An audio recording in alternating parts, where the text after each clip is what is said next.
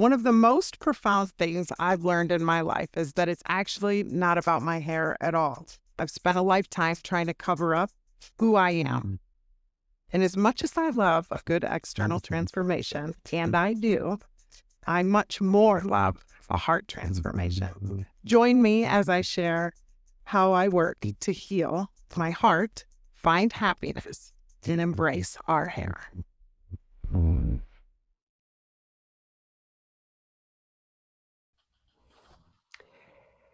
Hey, beautiful friends. Welcome back to It's Not About Your Hair, where we talk all things hair, heart, and happiness. Happy that you're here. Today, we're going to dive right into faith. I weave in and out of this topic all the time. I hope that if you are not a believer, maybe you'll stick around. I'm going to share how I came to my faith, what my faith has done to shape my life, and how believing that my life is happening for me and not to me has changed my anticipation for daily living.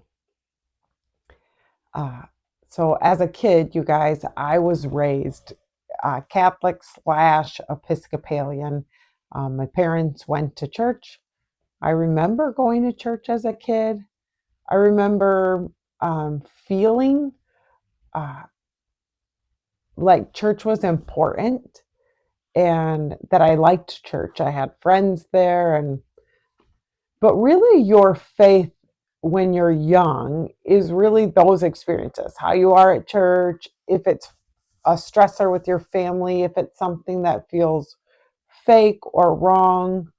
Uh, my dad always seemed like a faithful person, and I admired my parents. And that's what you know as a kid.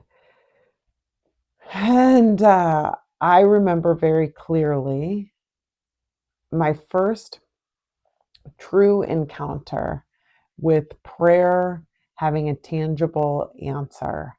And this might sound crazy if we're diving right into a crazy thing, because I'm going to just share a personal testimony. And when you share a personal testimony, the thing about it is it's your personal testimony. So no one can deny the existence of these things. Maybe you can say, oh, I'm kooky and I made it up, but I want to share the formation of my faith. So when I was 13, my parents went through a really awful divorce, and it was whiplashing in some ways because I didn't even know that my parents were fighting. I didn't grow up with fighting in my home. It wasn't something I was familiar with. But I've shared a little bit of this before. But on Christmas Eve, when I was 13, my dad sat us all down and told us he was leaving. And it was a shock. I think it was a shock to all of us. And I didn't even know what he meant. It was such a shock.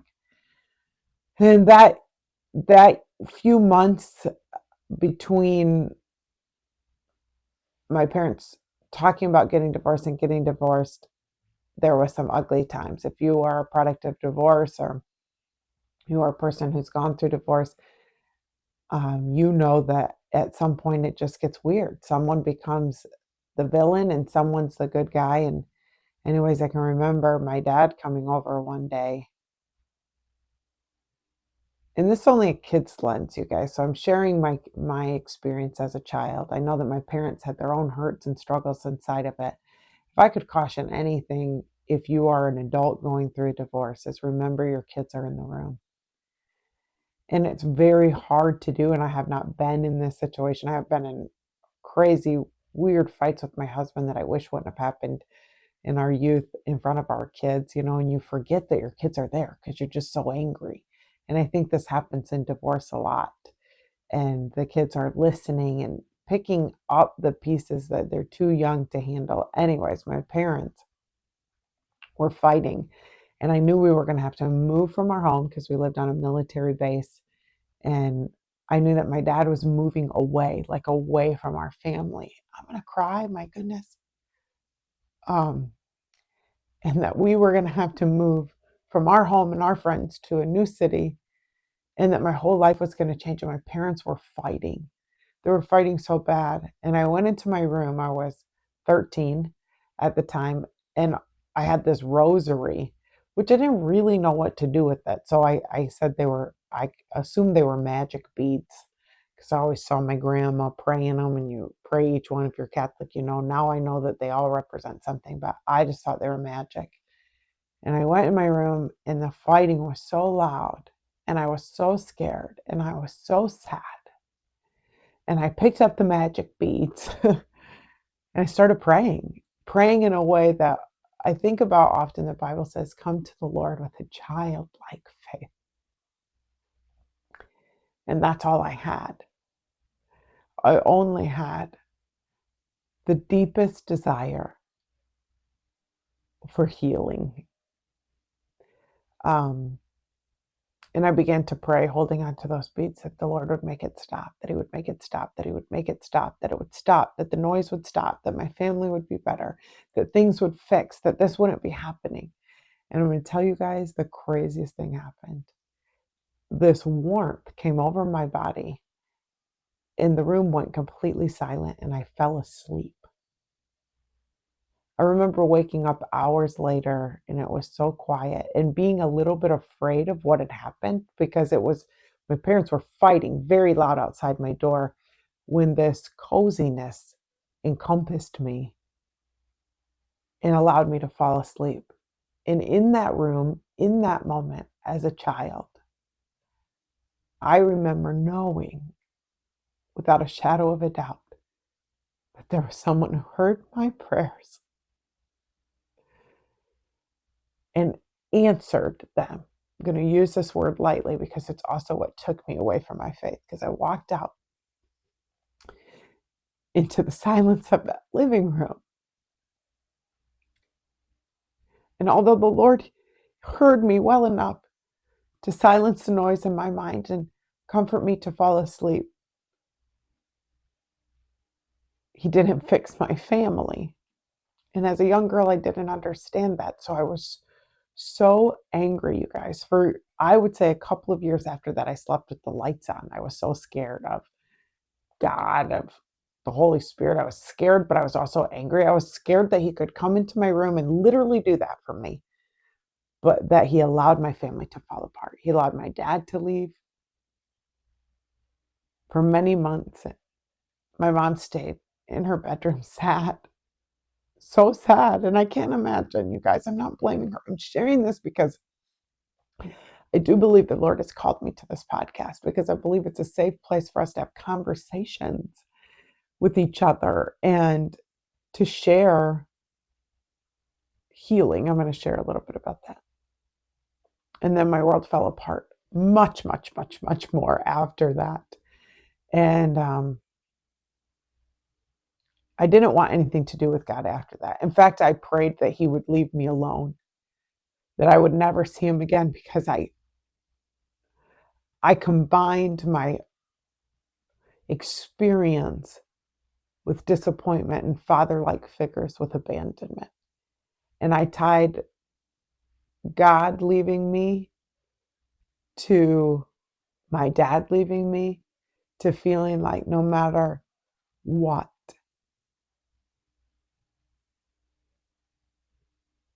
you could be left behind. And that worldview. And then my dad left. If you haven't heard that story, and I have shared it before, my dad left. Whatever he was dealing with, I choose not to overthink, because for too many years I did, but I didn't see my dad for 3 years. Not a phone call.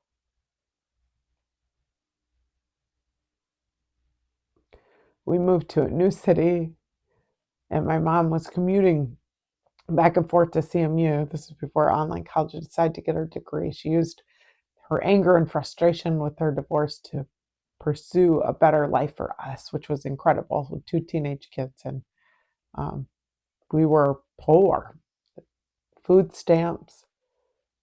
Just, I remember just feeling like my life had exploded. And I made a bunch of choices that made me feel unworthy in the next 3 years as an adolescent, actually 5 years as an adolescent, and blamed. I spent so long blaming God, blaming my dad. And even when you say the word blame, I dare you to say it without your face getting angry. Blame, blame, blame. And the blame shifted so that I didn't have to. And it wasn't my fault. I'll tell you that right now. As a child, it wasn't my fault. I shouldn't have had to do that. But many of us, all of us at some point will do things we shouldn't have to do because that's the reality of life. When I was 16, and there's a lot of moments in between here, you guys, but when I was 16, oh, I guess I should back up. So then we were with my mom, and I began to really get into drugs and alcohol as a means to handle my sadness. And I had this one aunt she's the kind of aunt, I don't know if you guys know about this. If you're not religious, then you'll think it's weird. If you are religious, you probably think it's weird too, because I always thought it was weird. She could get slain in the spirit, which means we would be at church sometimes, and she would be laying down on the carpet, facing the dirty carpet. And and I believe it now. I do believe it now. It's never happened to me, but I believe it. And she'd be there for like 30 minutes, and she would wake up, and she would say that she had been in the presence of God. And I have to believe she had been, or else why would you put your face in the dirty carpet like that? I mean, any awareness of that, you wouldn't do it. And she would continually tell me through these seasons of adolescence, 13 to 18. Every time I saw her, she would say something that only God would know, literally something I had done, something I was going through, something I had thought, that God loved me and that he was thinking about me and that he had a plan for me. Literally some spooky stuff. And that would freak me out even more, because then I'd be like, I would go home after she'd say something to me, and I would like look up in the sky. I'd be like, listen, leave me alone, Lord. I don't want anything to do with you. You're like a weird stalker, but you don't do anything. You don't fix anything. You don't help anything. Like my life was a mess. I felt horrible. I'm like, why are you even here? So there was a level that I believed, but I hated, still hated. And I hated that she would say God loved me, because it would almost make me ruffle. I mean, no one loves me. I am unlovable.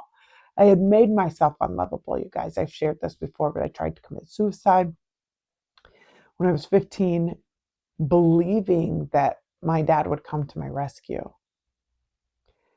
And he was incapable. That's what I believe now. I choose to believe that, of rescuing me. But as I look back from the place I'm at in faith now, I believe that all of these things I've went through were ultimately for my good, for my testimony, to help someone else along the journey. They shaped me into the compassionate person I am today. And then at 16, I went to a Rebecca St. James concert, who sung these songs, and it was a Christian concert. I don't even know how I ended up there, to be honest. God knows, on my 16th birthday. And I remember, listening to some of the things she said and wanting to give my life to the Lord. I wanted a fresh start.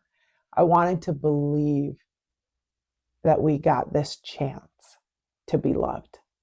That this God she talked about on stage and that she sang about in these really fun music, Go and Sin No More. She was cool and hip, and she shared this love of a father who would never leave us. And I did the altar call and walked up and surrendered my life. And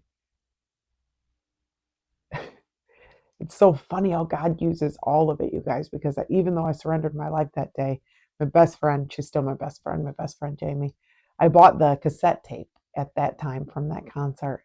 And we talk about it because I think it's funny. She didn't grow up with any church background. And we would go out partying after that, and I would play that cassette. I remember listening to Go and Sin No More while we were drinking beers. And she would say, I don't know, are we supposed to be listening to this? Like, and I'm like, yeah, it doesn't matter, like, and I think, I'm not saying that it doesn't matter, but I'm saying that God used it all. He used that season of my life, that music. Rebecca St. James, if you're listening to this, I wasn't I didn't change overnight, but the music was an entrance into my heart. It was a beginning in the same season of Big Papa and Tupac. There was other songs in my heart that began to soften me, but I would continue to spin wildly out of control, you guys. But ultimately knew that God was real. I was starting to think maybe this God could love me. And I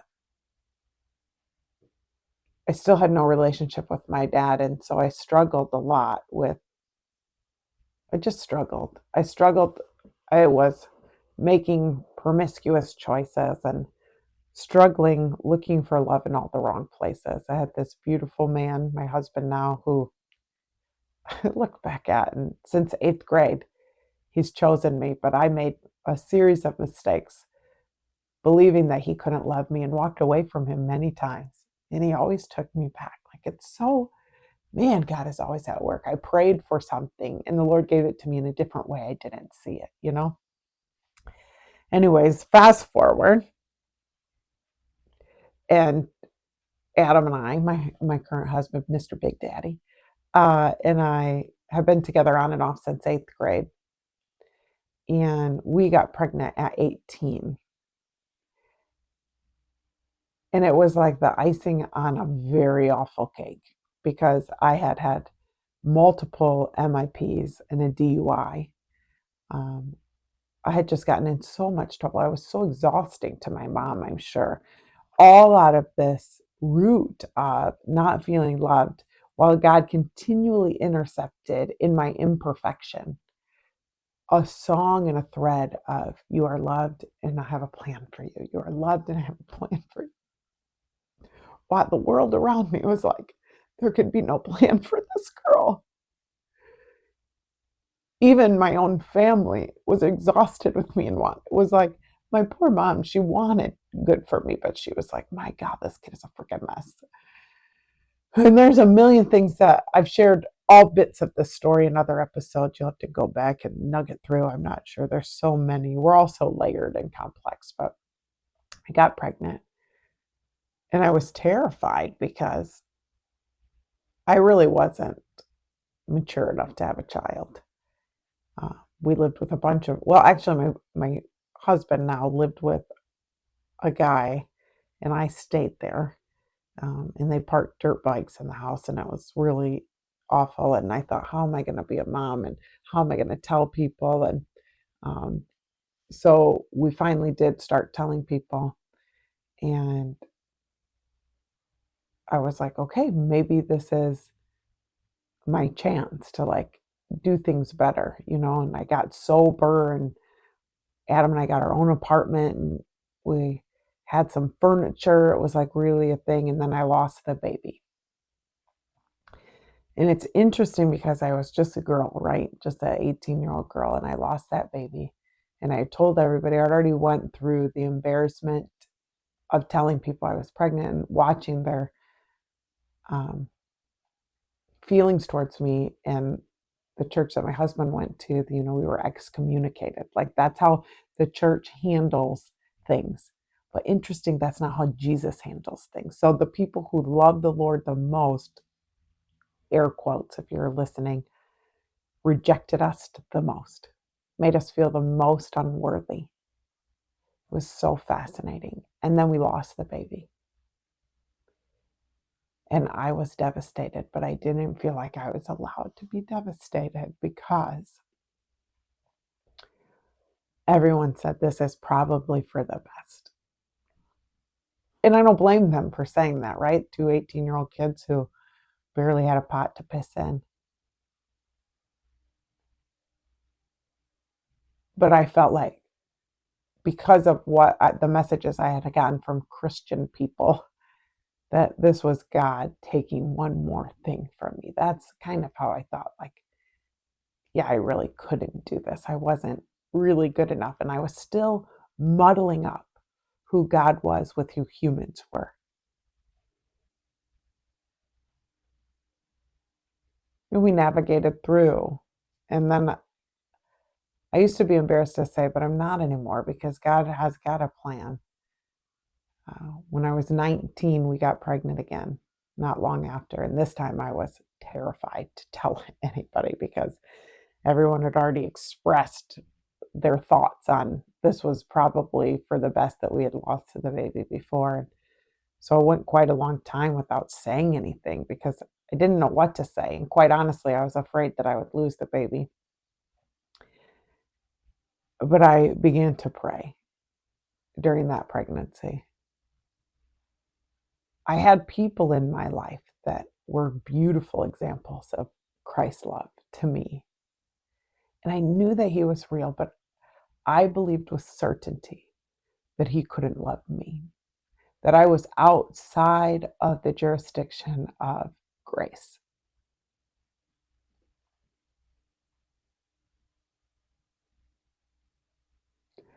That I was completely unlovable. But this baby inside of me gave me hope that she was lovable, that God could use her, that she was fresh and new, and that I could do something good with my life through this baby.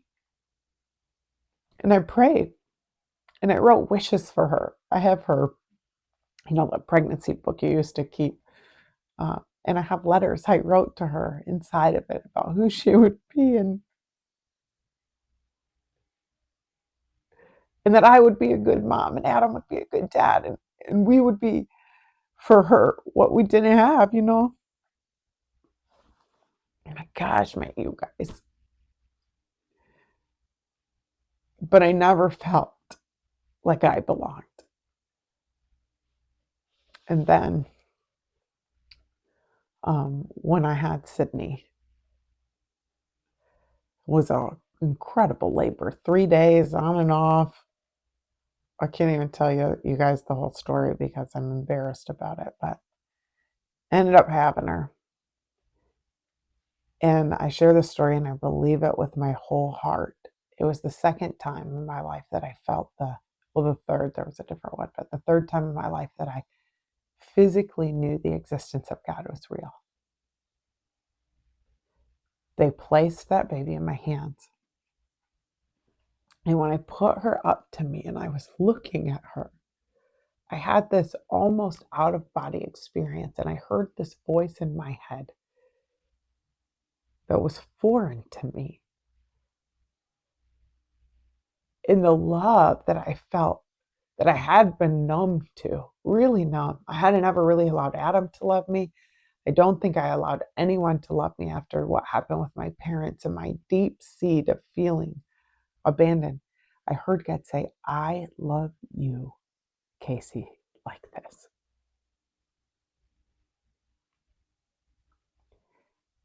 And at the same time, two truths became a whole.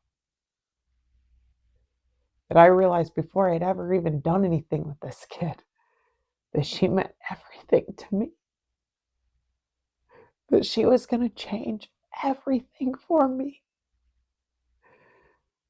I knew in that moment that even though people of the church and Christians, good meaning Christians, I knew in that moment that the God of the universe wasn't looking at my mistakes. He was looking at me and he loved me. And it makes me think to myself, what are mistakes? What are sins? What are the things that we look at one another and say, you are unworthy? We're doing it wrong. We're doing it wrong, friends. Because I was changed in a moment by the thought of being loved and accepted. Who in your life right now, if you are a Christian, have you shut out or judged because you think that they're not doing what God would want them to do? You, my friend, are the one who is creating the chasm, not them, not their sin or what you perceive as sin, not their frustrations. God has loved them with an unwavering love, and you are falling short, and I'm calling you out. I don't think that my sin separated me from the love of God. I think my lack of knowing that He loved me separated in the sins of others saying that to me. But we are human beings having a human experience, and we are going to make a cataclysmic amount of mistakes along the way, and He's going to love us anyways. It is not our job to place judgment on others. It is spectacular the way He loves us. And in that moment, I've not been perfect since, nor will I ever be perfect. But I entered back into church sometime after that and into a deep pursuit of the love of God. And He has not let me down. He has met me. He has loved me. And I've shifted from blame to eyes of hope, to unconditional love, to constant releasing expectation, to forgiveness. My goodness, to forgiveness. If I want to be forgiven for my shortfallings as a parent, which I just had my daughter get engaged, the same daughter that changed my life got engaged this weekend. And we've had our ups and downs, my goodness sakes. And I look at her and I think we're so alike now. But I, as a mom, have made so many mistakes. And I want my kids to love me and forgive me. And my God, look at me like I'm a human being and look at God like He's a miracle. Look at themselves as if they are worthy and loved. Whether they believe or not, I believe they will, because I believe that God is at work all of the time and that He's always pursuing us. And I will not make the chasm too wide for my kids to know that they're loved, or for you to know that you're loved. I don't know what you're doing. I don't know who you are, but I've done a lot. And I sit before you with this testimony, and I don't know who has hurt you or what they have done. But I'll tell you, when I freed my dad in my mind, not whether he needed to be freed or not, but when I thought he didn't leave me, he was struggling himself. Doesn't mean that what he did was right or wrong, or that I deserved it or didn't deserve it. It means that I had to stop looking at him with what's wrong with me and look at him with how sad it was, the choices that had to be made for him. And as I look at my children today, my goodness, there could be no thing that could separate me from them.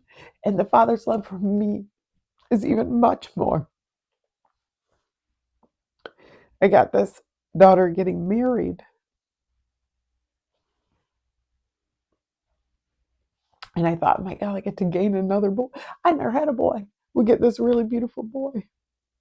But I'm not losing her. I'm expanding, and she's expanding. And my middle daughter, myself, my God, I miss her so much. She joined the Air Force. But I know that she's okay and that she's good and that her life is in the flow of what God has for her. And it doesn't matter how far she is from me.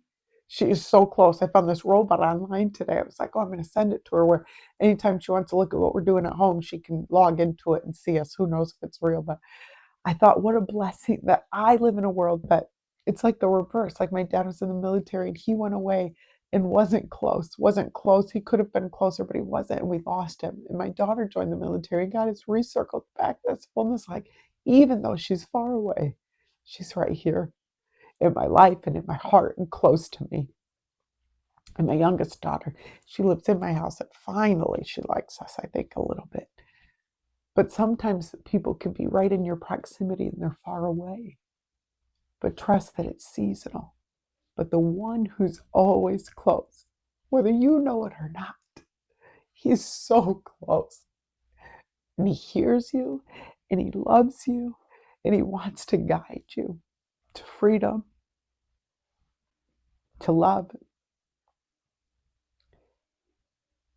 and to a life of purpose. My God, that was so fun today. Thank you for letting me share my testimony. If you don't know about this God,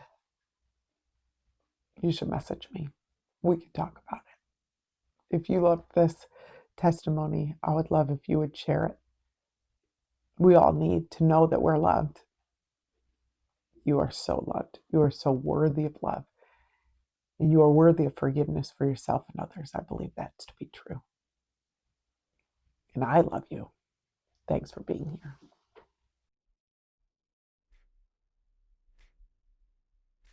I guess this is where I ask you to subscribe to my channel, to follow me on social, and to listen wherever podcasts can be found.